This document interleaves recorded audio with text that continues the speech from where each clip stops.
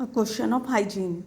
A GBS outbreak in Pune reveals the fragility of its urban systems. At the heart of the current Guillain-Barré syndrome outbreak in Pune, where over 100 cases of suspected GBS have been recorded. It is a bacterial infection. A health investigation has revealed Campylobacter jejuni, a bacteria found in contaminated food and water, to be behind the first cluster of cases. In almost all the patients, recent case history has shown episodes of gastroenteritis, vomiting, diarrhea, and nausea. Before the onset of the characteristics, peripheral numbing of GBS, leading to paralysis. One case of death due to suspected GBS has also been recorded of a patient who had visited Pune.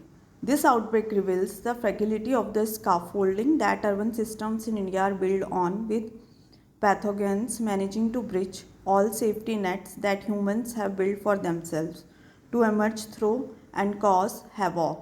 Any slip up in maintenance or in surveillance clearly leads to discomfort, ill health, and debility for a large number of people.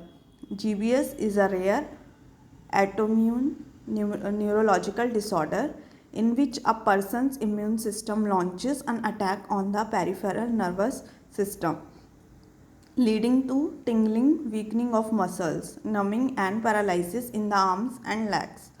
Not unlike in the acute flaccid paralysis of polio, it can be caused by viral or bacterial pre-infections. As per the World Health Organization, globally it is estimated that GBS has an incidence of 1 to per 1 lakh population and is more predominant among adult males.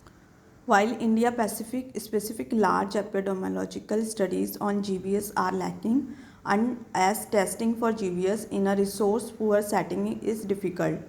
According to the WHO report 1993, it was estimated that 138 cases of GBS were seen annually in 7 major teaching hospitals, with approximately 70% of cases occurring in adults.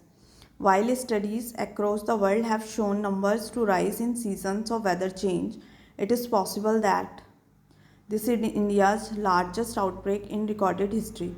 Patients are treated with plasma exchange or intravenous immunoglobulin therapy and most recover. However, these treatments are most effective if started within 2 weeks of the first symptoms, making early detection and initiation of treatment absolutely crucial.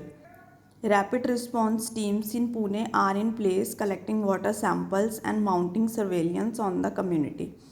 And a central team has also been rushed to affected areas. It is key to ensure that all measures are in place to pick up patients and initiate treatment as soon as possible. It is the duty of the local and state governance to provide clean drinking water to all residents and ensure that adequate social messaging is provided periodically on avoiding contaminated unhygienic food.